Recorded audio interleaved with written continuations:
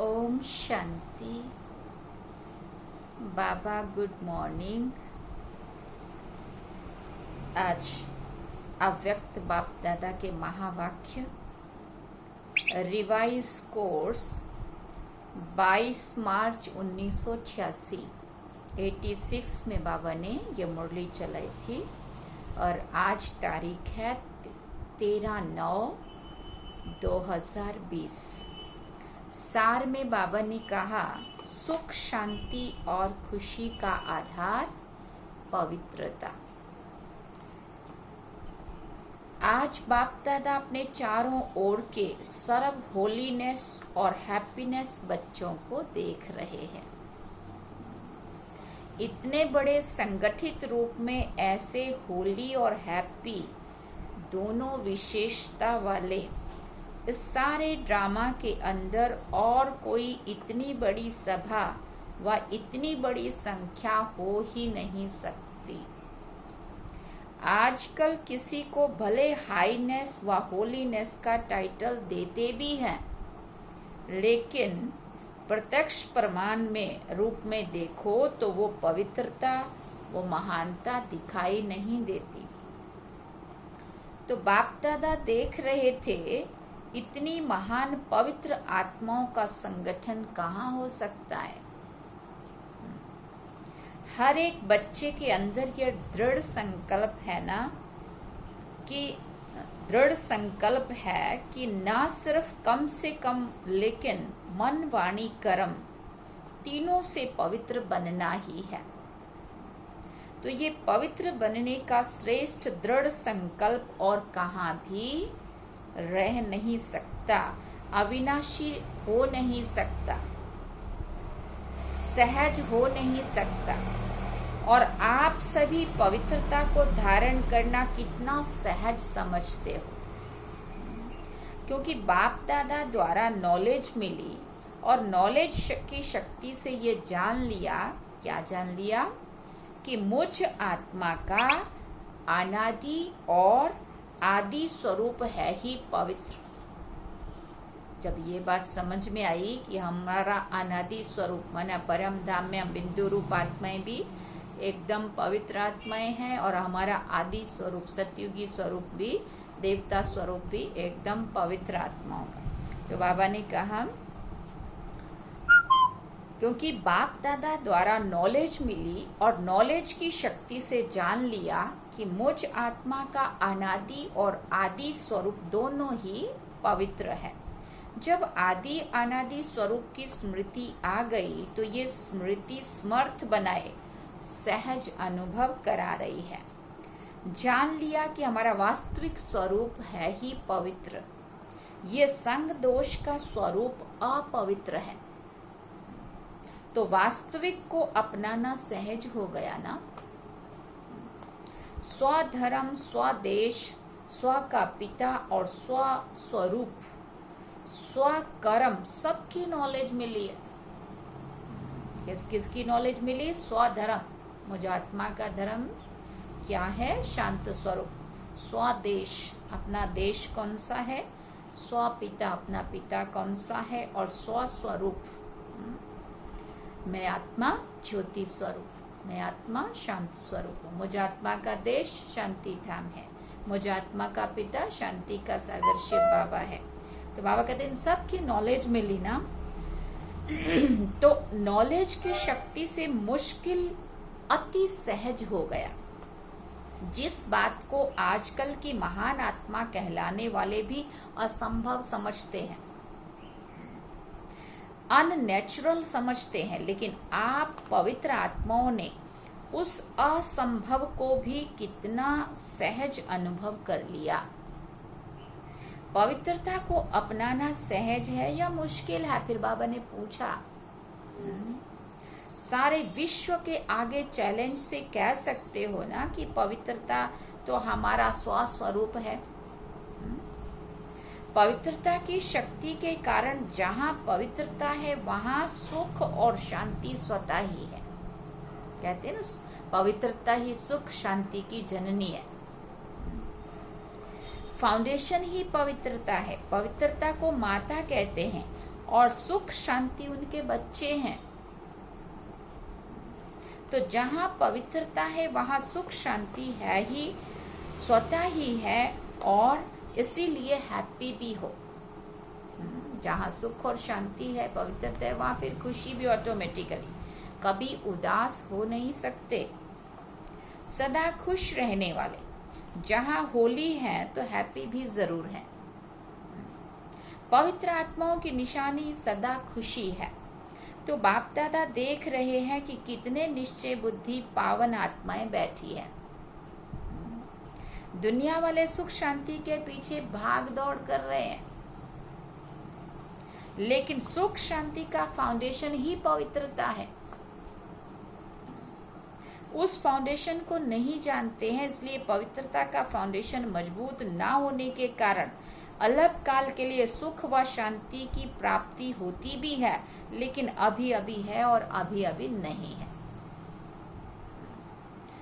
कहीं भी अच्छी जगह पे जाएंगे, अच्छी बात सुनेंगे, थोड़ी देर मंदिर जाएंगे, थोड़ी देर तीर्थ पे जाएंगे, थोड़ी देर गुरु जी के सामने बैठेंगे, थोड़ी देर टीवी में कुछ अच्छी बात देखेंगे, है ना, तो थोड़ा एंजॉय करने के लिए थोड़ा गार्डन में घूम लेंगे। कभी उन चीजों में, अलग काल की चीजों में हम सुख और शांति ढूंढ रहे हैं, लेकिन हमारा जो असली स्वरूप है उसको भूल गए, इसलिए वो परमानेंट नहीं रह रही है। तो बाबा ने कहा अलग काल की सुख शांति मिल भी रहा है तो भी अभी अभी है और अभी अभी नहीं, इसलिए कभी खुशी कभी गम, तो उन्हीं लोगों का अनुभव भी है। सदा काल की सुख शांति की प्राप्ति सिवाय पवित्रता के असंभव है। आप लोगों ने फाउंडेशन को अपना लिया है, इसलिए सुख शांति के लिए भागदौड़ नहीं करनी पड़ती है, अपने स्वधर्म में टिक जाना पड़ता है, सहज है। सुख शांति पवित्रता आत्माओं के पास स्वतः ही आ जाती है, जैसे बच्चे माँ के पास स्वतः ही जाते हैं ना, कितना भी अलग करो फिर भी माँ के पास जरूर जाएंगे। तो सुख शांति की माता है पवित्रता। जहाँ पवित्रता है वहाँ सुख शांति स्वतः ही और खुशी स्वतः ही आती है। कितना अच्छा एग्जाम्पल दिया बाबा ने। जहाँ माँ है वहाँ बच्चे दौड़ के आते, तो माँ बताई पवित्रता। जहाँ पवित्रता है वहाँ सुख शांति खुशी आनंद प्रेम शक्ति सब कुछ ऑटोमेटिकली दौड़ता हुआ माँ के पास बच्चा आएगा। तो क्या बन गए? बेगमपुर के बादशाह। इस पुरानी दुनिया के बादशाह नहीं, लेकिन बेगमपुर के बादशाह। ये ब्राह्मण परिवार बेगमपुर अर्थात सुख का संसार है। तो इस सुख के संसार बेगमपुर के बादशाह बन गए। हिज होलीनेस भी होना, ताज भी है, तख्त भी है, बाकी क्या कमी है? कितना बढ़िया ताज है, लाइट का ताज पवित्रता की निशानी है। और बाप दादा के दिल तख्त नशीन भी हो, तो बेगमपुर के बादशाहों का ताज भी है न्यारा, ताज भी न्यारा और तख्त भी न्यारा है। बादशाही भी न्यारी और बादशाह भी न्यारे हो। आजकल के मनुष्य आत्माओं को इतनी भागदौड़ करते हुए देख बाप दादा को भी बच्चों पर तरस पड़ता है। कितना प्रयत्न करते रहते हैं। प्रयत्न करना अर्थात भाग दौड़, मेहनत भी ज्यादा करते, लेकिन प्राप्ति क्या है? सुख भी होगा तो सुख के साथ कोई ना कोई दुख भी मिला हुआ होगा, और कुछ नहीं तो अल्प काल के सुख के साथ चिंता और भय, ये दो चीजें तो है ही है, कारण है ही। बाबा ने कहा तो जहां चिंता है वहां चैन नहीं हो सकता, जहां भय है वहां शांति नहीं हो सकती। तो सुख के साथ ये दुख अशांति के कारण है ही, और आप सबको दुख का कारण और निवारण भी मिल गया। अभी आप समस्याओं को समाधान करने वाले समाधान स्वरूप बन गए हो ना। समस्याएं आप लोगों से खेलने के लिए खिलौना बनकर आती है, सुना? खेल करने के लिए आती है, ना कि डराने के लिए आती है। बाबा ने एक बार कहा था, बच्चे ये एक कागज का शेर बन के आती है, और हम अगर उसको सच समझ जाते हैं तो हम डर जाते हैं, और अगर हम उसको समझते हैं तो पेपर टाइगर है, तो उसको घबराने के बजाय उसको युद्ध करके पार हो जाते, जीत जाते हैं। तो बाबा ने कहा समस्याएं तो खिलौने की तरह आपके सामने आती है, आप तो घबराने वाले तो नहीं हो ना।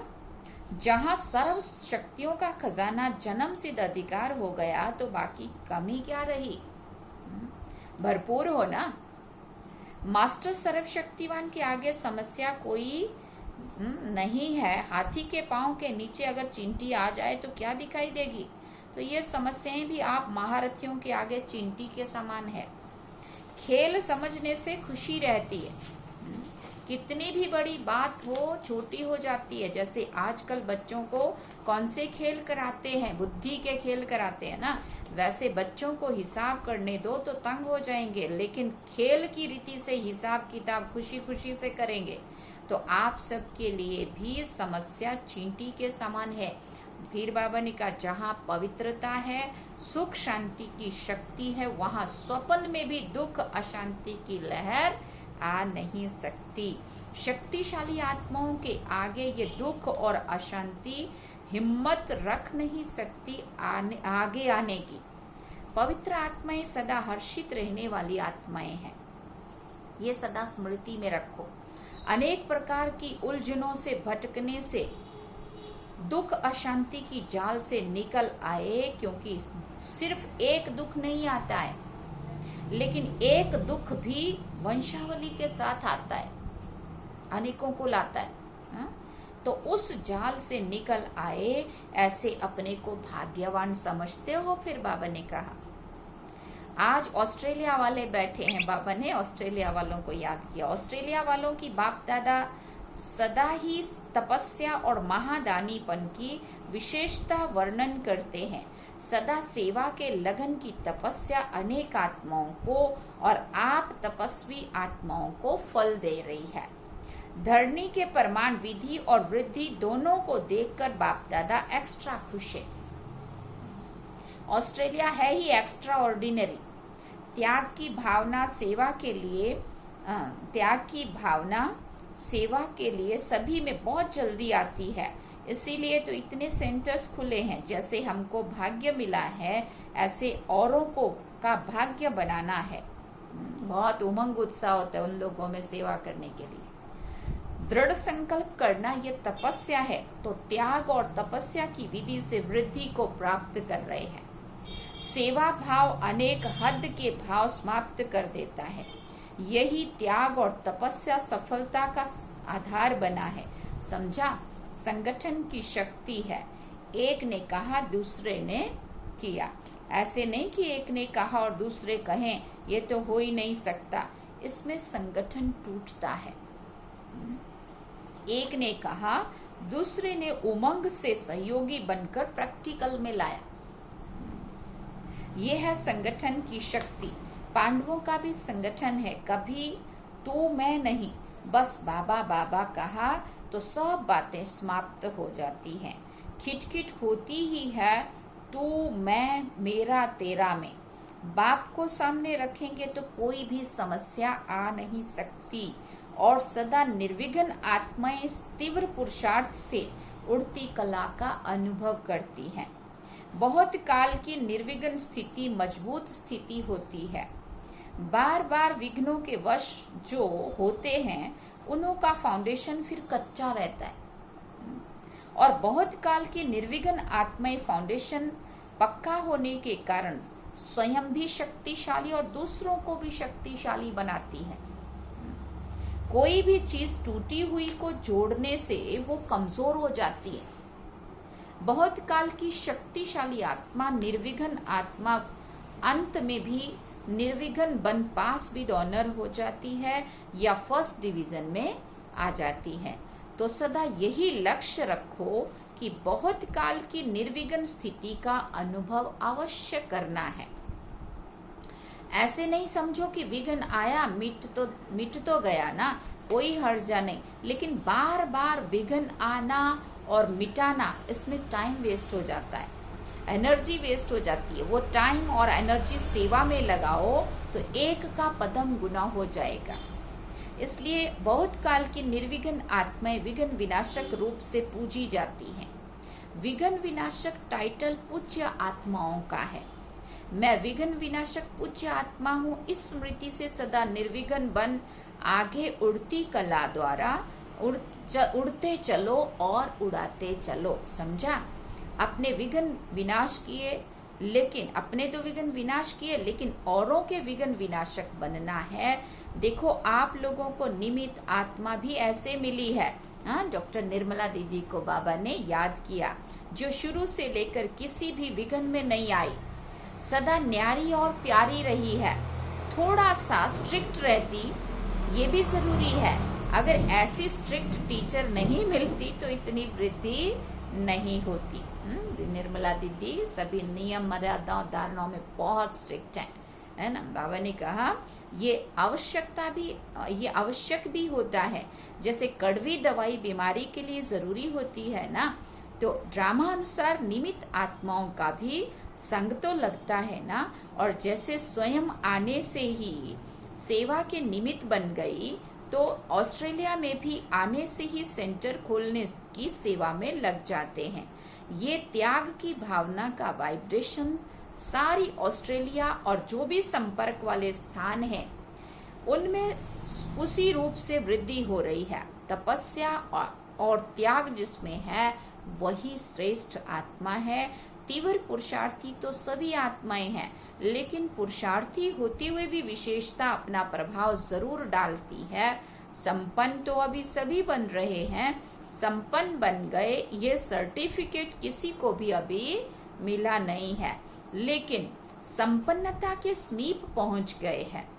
इसमें नंबरवार हैं, कोई बहुत समीप पहुंचे हैं, कोई नंबरवार आगे पीछे हैं। ऑस्ट्रेलिया वाले लक्की हैं, त्याग का बीज भाग्य प्राप्त करा रहा है। शक्ति सेना भी बाप दादा को अति प्रिय है, क्योंकि हिम्मत वाली है। जहाँ हिम्मत है वहाँ बाप दादा की मदद सदा साथ ही है। सदा संतुष्ट रहने वाले हो ना। संतुष्टता सफलता का आधार है। आप सब संतुष्ट आत्माएं हो तो सफलता आपका क्या है? जन्म सिद्ध अधिकार है। समझा? और तो ऑस्ट्रेलिया वाले नियरेस्ट और डियरेस्ट हैं, इसलिए एक्स्ट्रा हुज्जत है। अच्छा, फिर मीठे मीठे सिकिलदे बच्चों प्रति माता पिता बाप दादा का याद प्यार, गुड मॉर्निंग, नमस्ते। रूहानी बाप की रूहानी बच्चों को नमस्ते। हम रूहानी बच्चों की भी रूहानी माता पिता बाप दादा को दिलवा जान सिकवा प्रेम से याद प्यार, गुड मॉर्निंग, नमस्ते, थैंक्स बाबा जी। अभी मुरलियों से, अव्यक्त मुरलियों से चुने हुए महावाक्य हैं, वो थोड़ा सुनेंगे। उसके पहले वरदान सुन लेते हैं। आज बाबा ने वरदान में कहा, रोब के अंश का भी त्याग करने वाले स्वमानधारी पुण्य आत्मा भव। स्वमानधारी बच्चे सभी को मान देने वाले दाता होते हैं। दाता अर्थात रहम दिल, उसमें कभी भी किसी आत्मा के प्रति संकल्प मात्र भी रोब नहीं रहता है। ये ऐसा क्यों, ऐसा नहीं करना चाहिए, होना नहीं चाहिए, ये ज्ञान कहता है क्या? ये सभी सूक्ष्म रोब के अंश हैं। लेकिन स्वमानधारी पुण्य आत्माएं गिरे हुए को उठाएंगी, सहयोगी बनाएंगी। वो कभी भी ये संकल्प नहीं कर सकती कि ये तो अपने कर्मों का फल भोग रहे हैं, करेंगे तो जरूर पाएंगे, इन्हें गिरना ही चाहिए। ऐसे संकल्प आप बच्चों के नहीं हो सकते। स्लोगन में बाबा ने कहा, संतुष्टता और प्रसन्नता की विशेषता ही उड़ती कला का अनुभव कराती है। संतुष्टता और प्रसन्नता की विशेषता ही उड़ती कला का अनुभव कराती है। अच्छा, ओम शांति। अब हम अव्यक्त मुरलियों के चुने हुए महावाक्य वो सुनेंगे, प्रश्न उत्तर के रूप में है। एक पहला प्रश्न है, शक्ति सेना का नाम सारे विश्व में कब आला होगा? तो बाबा ने कहा, जब संगठित रूप में एक रस स्थिति व एक शुद्ध संकल्प में स्थित होने का अभ्यास होगा। संगठन में किसी एक का भी कोई दूसरा संकल्प ना हो, सब एक ही लगन, एक ही अशरीरी बनने के शुद्ध संकल्प में स्थित होने के अभ्यासी बनेंगे। तब सारे विश्व के अंदर शक्ति सेना का नाम वाला होगा। फिर और एक प्रश्न पूछा है, हर एक ब्राह्मण बच्चे की जवाबदारी कौन सी है? तो बाबा ने कहा सारे संगठन को एक रस स्थिति में स्थित कराने के लिए सहयोगी बनना, ये हर एक ब्राह्मण की जवाबदारी है। जैसे अज्ञानी आत्माओं को ज्ञान की रोशनी देने के लिए सदैव शुभ भावना व कल्याण की भावना रखते हुए प्रयत्न करते रहते हो ना, ऐसे ही अपने इस दैवी संगठन को भी एक रस स्थिति में स्थित करने का व संगठन की शक्ति को बढ़ाने के लिए एक दूसरे के प्रति भिन्न भिन्न रूप से प्रयत्न करो। इसके प्लान्स बनाओ। ऐसे नहीं खुश हो जाना है कि मैं अपने रूप से ठीक ही हूँ। फिर और एक प्रश्न है, परमात्म ज्ञान की विशेषता क्या है? तो बाबा ने कहा संगठन की शक्ति ही इस परमात्म ज्ञान की विशेषता है। इस ब्राह्मण संगठन की विशेषता देवता रूप में प्रैक्टिकल एक धर्म एक राज्य एक मत के रूप में चलती है। फिर और एक प्रश्न पूछा बाबा ने, किस एक बात का संपूर्ण परिवर्तन ही संपूर्णता को समीप लाएगा? तो बाबा ने कहा हर एक में जो देह अभिमान वाले मूल संस्कार हैं, जिसको आप लोग नेचर कहते हो, वो संस्कार अंश मात्र में भी ना रहे। अपने इन संस्कारों को परिवर्तन कर बाप दादा के संस्कारों को धारण करना, यही लास्ट पुरुषार्थ है। फिर और एक प्रश्न है, बाप दादा की प्रत्यक्षता किस आधार पर होगी? तो कैसे होगी? बाबा ने कहा जब एक एक बाप दादा के संस्कार, जब एक एक में बाप दादा के संस्कार दिखाई देंगे, बाप दादा के संस्कारों को कॉपी कर उनके समान बनो तो समय और शक्तियां बच जाएंगी और सारे विश्व में बाप दादा को सहज प्रत्यक्ष कर सकेंगे। भक्ति मार्ग में तो सिर्फ कहावत है कि जिधर देखते हैं उधर तू ही तू है, लेकिन यहाँ प्रैक्टिकल में जहाँ देखें, जिसको देखें, वहाँ बाप दादा के संस्कार ही दिखाई दें। ये थे मुरली से चुने हुए, अव्यक्त मुरलियों से चुने हुए महावाक्य। अच्छा, ओम शांति।